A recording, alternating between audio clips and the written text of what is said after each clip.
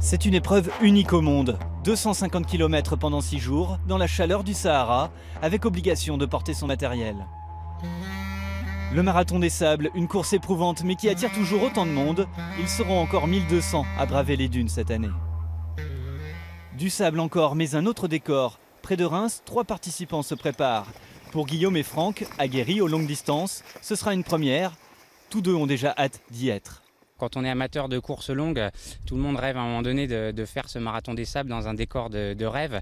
Et puis voilà, ce côté aussi de transmettre des valeurs et puis d'arriver au bout de soi-même, de pouvoir se dépasser.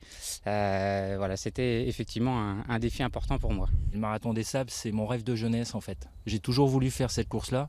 Certains, c'est le marathon de New York. Moi, ça a toujours été le marathon des sables. C'est un peu le dépassement de soi-même, un peu le côté débrouillard. Car chaque concurrent doit emporter de quoi se nourrir durant toute la semaine. L'autogestion, une spécificité de la course, que connaît bien Jean, le doyen de l'équipe, déjà 7 marathons des sables au compteur. La difficulté, c'est la distance, mais c'est aussi le fait de répéter les courses tous les jours. C'est que tous les jours, voilà, on se lève, on a un marathon à faire. Dans un environnement hostile. Pour affronter ces difficultés, il faut aussi des ressources mentales. Jean pourra s'appuyer sur son fils Sébastien, installé dans l'Aveyron. Comme en 2013, ils vont courir ensemble dans le désert, une relation fusionnelle qui devrait leur faciliter la tâche une fois lancés dans l'aventure. À tout moment, on s'aide. En 2013, j'ai failli abandonner la première étape. Et grâce à lui, j'y suis arrivé et on a réalisé une grande expérience ensemble. C'est vraiment la solidarité entre lui et moi. Et pour le marathon des sables, c'est vraiment la solidarité. On est fiers du fisson quand il est à côté de moi. On sait qu'il va prendre le relais. Et ça, c'est hyper important. Et en plus, il va prendre le relais pour une bonne cause, parce que lui continuera de courir pour les enfants malades.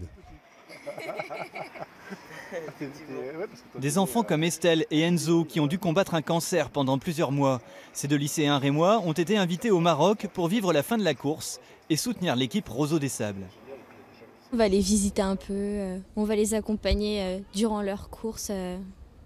Voilà, on va faire du 4x4, c'est un peu l'aventure quoi. Peut-être envisager de moi-même courir ensuite pour l'association. Je trouve ça super. Le concept et tout, je trouve ça super. Tous les kilomètres que je fais, c'est un enfant qui guérit. Donc pour moi, c'est un moteur qui m'aide à avancer. Et là, il n'y a rien qui m'arrête quand je pense à ça, quoi. La solidarité, une valeur sur laquelle miseront ces sportifs pour atteindre leur but, franchir la ligne d'arrivée de cette 32e édition du Marathon des Sables.